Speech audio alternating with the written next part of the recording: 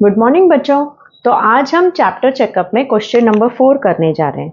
यहाँ देखिए, यहाँ हमें फैक्टर्स फाइंड आउट करने को कहा है, लेकिन इसके अलावा मिडिल टर्म में क्या आएगा, प्रोडक्ट क्या है, नंबर्स क्या है, इसे भी लिखना है।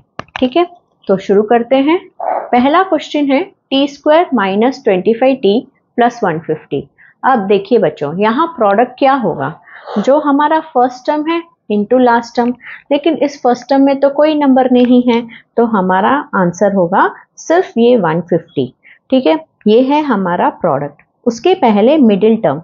मिडिल टर्म मतलब क्या बच्चों, मिडिल टर्म मतलब सम क्या है, तो सम कहाँ से मिलता है, मिडिल टर्म से, तो वो है -25। और प्रोडक्ट क्या होगा, 1 × 150, और साइन के साथ ले रहे हैं, और ये प्लस साइन है तो साइन चेंज नहीं होगा, प्रोडक्ट होगा 1 × 150 विच इज 150। ठीक है, अब 150 के हमें फैक्टर्स देखना है। बच्चों याद है, मैंने कहा था जब भी प्रोडक्ट में 150 आए, मीन्स एंडिंग में 0 आए, तो आप पहले हमेशा 10 से डिविजिबल करके देखिए। तो हमारा प्रोडक्ट जो है वो 150 होना चाहिए, और हमारा सम मतलब मिडिल टर्म होना चाहिए -25। तो हम 10 से देखेंगे, जैसे 7 10s are 70, 8 10s are 7 10s are क्या है 70, 8 10s are क्या है 80। उसी तरह 15 10s are क्या होगा 150 होगा ना, क्योंकि हम 0 लगाते हैं और जो यहाँ नंबर है वही लिखते हैं इधर, है ना।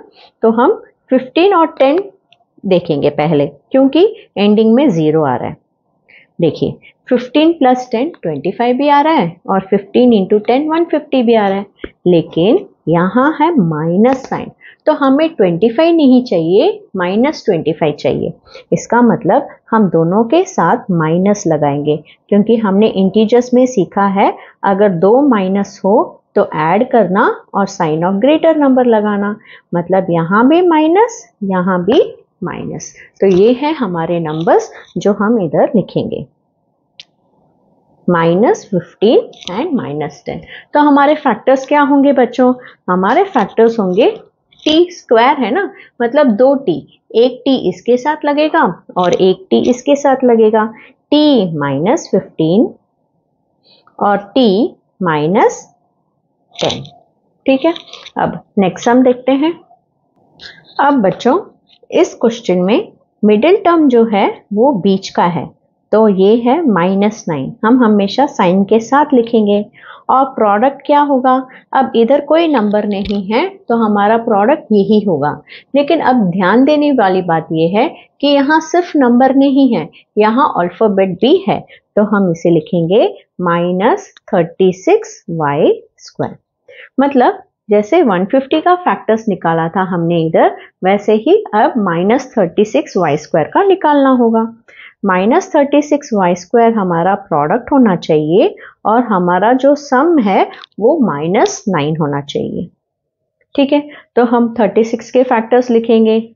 36 में कौन से टेबल्स जाते हैं, 1 × 36 इज 36, 2 × 18 इज 36, 18 + 2 20, 18 - 2 16 नहीं आ रहा है, फिर हम 3 से चेक करेंगे, 3 12s are 36। हाँ, अब देखिए 12 + 3 15, लेकिन 12 - 3 9 आ रहा है। ठीक है, तो मतलब हमारे जो नंबर्स होंगे वो 12 और 3 ही होंगे, तो हम लिखेंगे 12 3s are 36। लेकिन अब यहाँ माइनस साइन चाहिए, अगर मैं 12 - 3 करूं बच्चों तो क्या होगा आंसर, 12 - 3 तो 9 होता है, लेकिन मुझे क्या चाहिए -9, मतलब मैं 12 के साथ नेगेटिव साइन लगाऊंगी और 3 को पॉजिटिव बना दूंगी, क्योंकि इंटीजर्स का रूल कहता है कि एक प्लस हो और एक माइनस हो तो सब्ट्रैक्ट करके साइन ऑफ ग्रेटर नंबर, तो ये -9 मिल जाएगा हमें।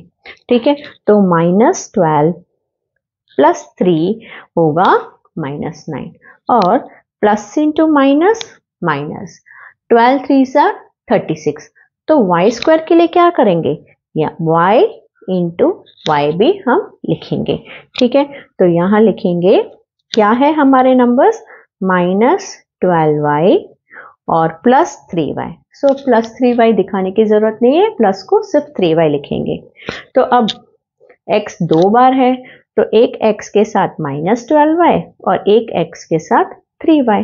सो x -12y x plus 3y। अब नेक्स्ट सम है m² माइनस m माइनस 90। अब मिडिल टर्म में आप सोचोगे मैम कोई नंबर नहीं है तो कुछ नहीं आएगा। नहीं बच्चों, कोई नंबर नहीं है मतलब 1 और साइन के साथ लेना है तो वो हुआ -1। अब प्रोडक्ट, यहाँ आगे कोई नंबर नहीं है तो यहाँ का नंबर जो होगा वही हमारा प्रोडक्ट होगा, -90। अब हमें -90 को इस तरह स्प्लिट करना है कि आंसर -90 आए प्रोडक्ट और सम आए -1। तो शुरू करते हैं, इधर लिखते हैं -90 आना चाहिए और सम क्या आना चाहिए बच्चों, -1। लेकिन देखिए बच्चों, मैंने पहले भी कहा था 150 में भी एंडिंग में 0 आए तो 10 के साथ जरूर चेक कीजिए।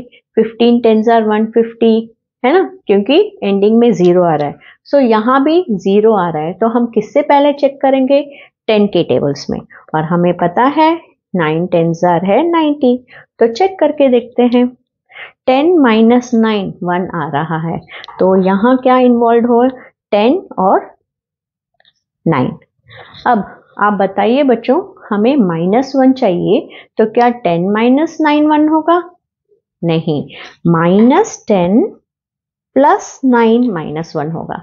जैसे हमें यहाँ माइनस चाहिए था -9, तो हमने बड़े वाले के साथ माइनस लगाया था ना, उसी तरह यहाँ -1 चाहिए तो 10 माइनस 9 तो 1 आएगा, लेकिन हमें सम क्या चाहिए, -1। तो हम इसे माइनस करके इसे प्लस कर देंगे। तो इंटीजर के रूल के हिसाब से एक प्लस एक माइनस हो तो subtract and sign of greater number. तो minus into plus minus, 10 9s are 90, तो प्रोडक्ट भी -90 बैठ रहा है और सम भी -1 बैठ रहा है। सो हमने नंबर्स कौन से लिए, -10, -9।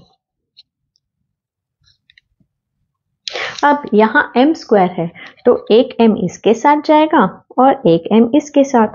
सो m -10 m प्लस 9। अब नेक्स्ट क्वेश्चन है a² माइनस 5a माइनस 66। तो हमारा मिडिल टर्म क्या हुआ बच्चों, -5 और हमारा प्रोडक्ट साइन के साथ लेना है -66, क्योंकि इसके आगे तो कोई नंबर नहीं है। अगर इसके आगे कोई नंबर होता तो इसका और इसका प्रोडक्ट ही यहाँ प्रोडक्ट होता, ठीक है।